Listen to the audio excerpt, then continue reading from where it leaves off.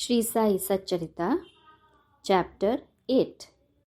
As hinted in the last chapter, Hemad Pant now explains at length in his preliminary remarks the importance of human birth and then proceeds to relate how Sai Baba begged his food, how Baijabai served him, how he slept in the masjid with Tatya Kote Patil and Mahalsapati, and how he loved Khushalchand of Rahata.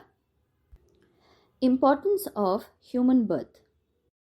In this wonderful universe, God has created billions, around 84 lakhs according to Hindu Shastra calculations, of creatures or beings, including gods, demigods, insects, beasts, and men, inhabiting heaven, hell, earth, ocean, sky, and other intermediate regions.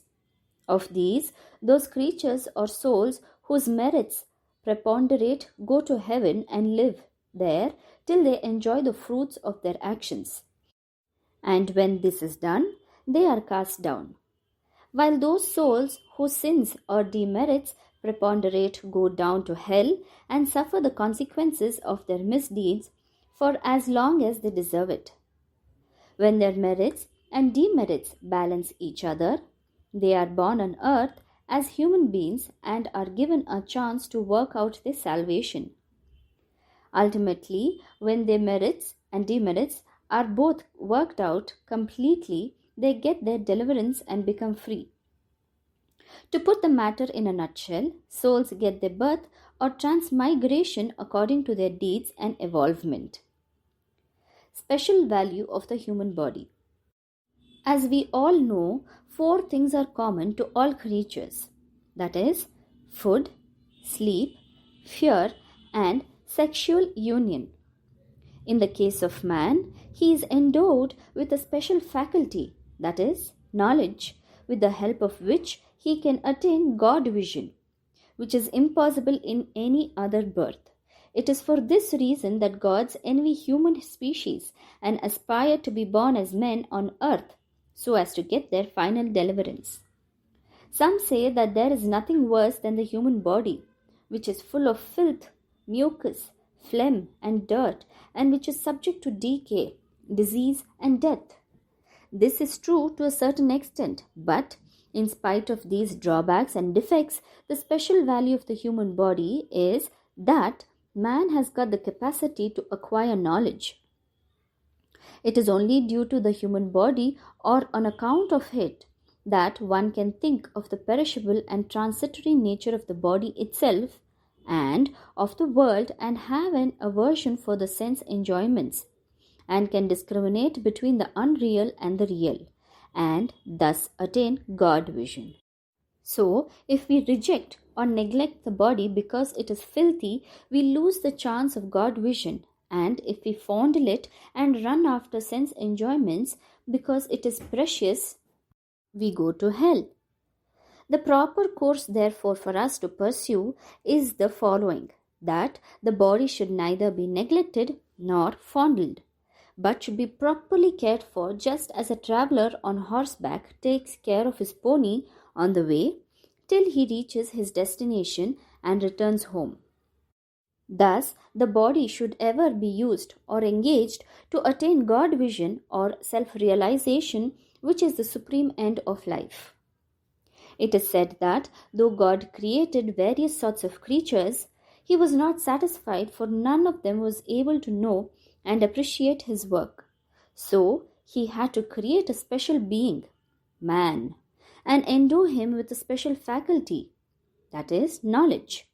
And when he saw that man was able to appreciate his Leela, marvelous work and intelligence, he was highly pleased and satisfied.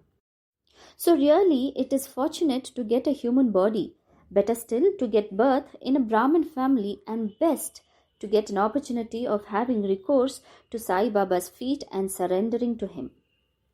Man's endeavor. Realizing how precious the human life is and knowing that death is certain and may snatch us at any time, we should ever be alert to achieve the object of our life. We should not make the least delay, but make every possible haste to gain our object, just as a king leaves no stone unturned to seek his lost son. So, with all earnestness, we should strive to attain our end, that is, self realization. Casting aside laziness, warding off drowsiness, we should day and night meditate on the self. If we fail to do this, we reduce ourselves to the level of beasts. How to proceed? The most effective and speedy way to gain our object is to approach a worthy saint or sage, Sadguru, who has himself attained God vision. What cannot be achieved by hearing religious discourses and study of religious texts is clearly obtained in the company of such worthy souls. Just as the sun only gives light, which all the stars put together cannot do, so the Sadguru alone imparts spiritual wisdom, which all the sacred books and sermons cannot do. His movements and simple talk give us silent advice. The virtues of forgiveness, calmness, disinterestedness, charity, benevolence, control of mind and body, egolessness are observed by the disciples as they are being practiced in such pure and holy company. This enlightens their minds and lifts them up spiritually. Sai Baba was such a sage or Sadguru.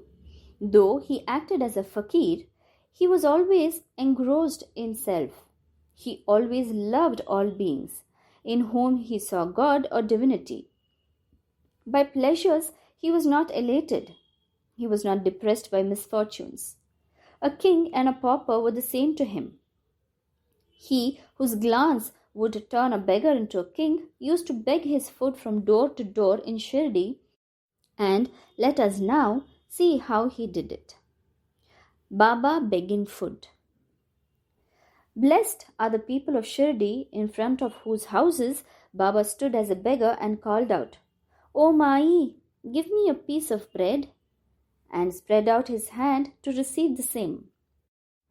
In one hand he carried a tamril, or tin pot, and in another a zoli or chaupadri, that is, a rectangular piece of cloth.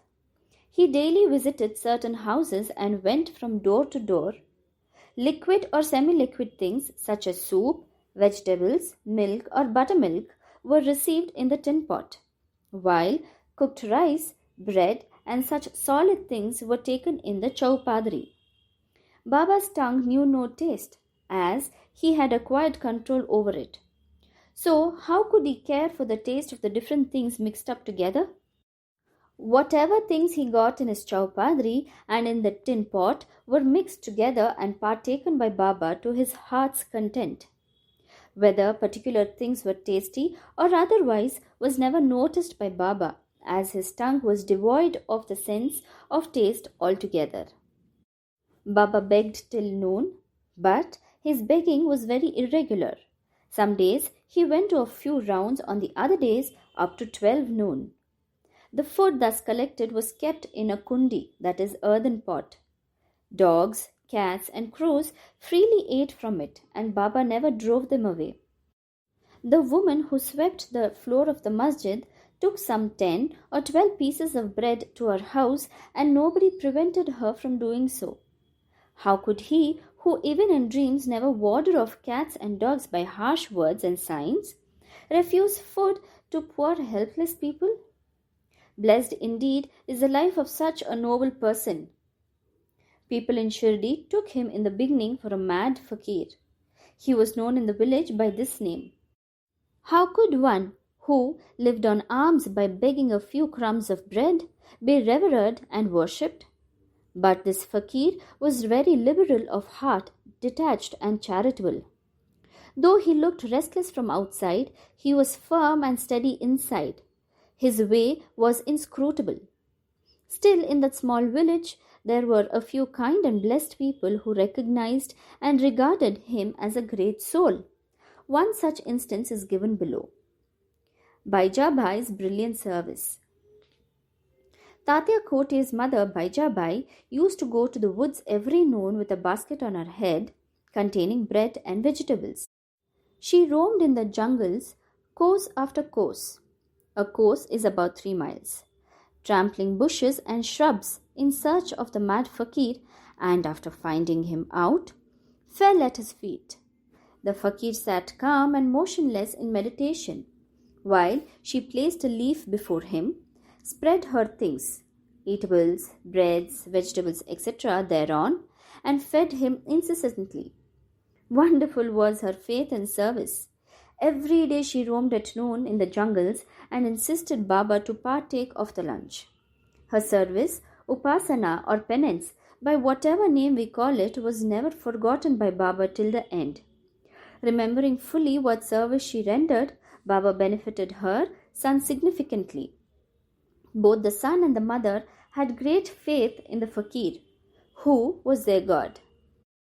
Baba often said to them that fakiri or mendicacy is real, lordship or riches is transient. After some years, Baba left, going into the woods, and began to live in the village and take his food in the masjid.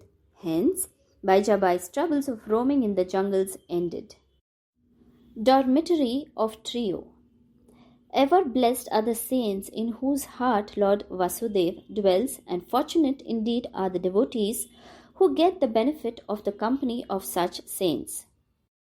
Two such fortunate fellows, Tatya Kote Patil and Bhagat Malsapati, equally shared the company of Sai Baba. Baba also loved them both. These 3 persons slept in the masjid with their heads towards the east, west, and north, and with their feet touching one another in the center. After spreading their beds, they lay on them, chit-chatting and gossiping till late at night. If any one of them showed any signs of sleep, others would wake him up. For instance, if Tatya began to snore, Baba at once got up and shook him from side to side and pressed his head. If it was Mahalsapati, he pulled him close, stroked his legs and patted his back. In this way, for a period of 14 years, Tatya, leaving his parents at home, slept in the masjid on account of his deep love for Baba. How happy and never to be forgotten were those days. How to measure that love and how to value the grace of Baba? After the passing away of his father, Tatya took charge of the household affairs and began to sleep at home. Khushalchand of Rahta. Baba loved Ganpat Kote Patil of Shirdi. He equally loved Chandraban Sheth Marwadi of Rahta. After the demise of this Sheth, Baba loved his nephew Khushalchand equally or perhaps more, and looked after his welfare day and night, sometimes in a bullock cart, at times in a tonga. With intimate devotees, Baba went to Rahata. A tonga is a horse-pulled coach used in India. People of that village would come out with band and music and receive Baba at the gate of the village and prostrate before him. Then he was taken into the village with great eclat and ceremony. Khushalchand took Baba to his house, seated him on a comfortable seat, and gave him a good meal. Then they talked freely and merrily for some time, after which Baba returned to Shirdi, giving delight and blessings to all. Shirdi is midway and equidistant from Rahata on one side, south, and Nimgaon on the other, that is north. Baba never went beyond these places during his lifetime. He never saw any train nor travelled by it. Still, he knew exactly the timings of arrival and departure of all trains.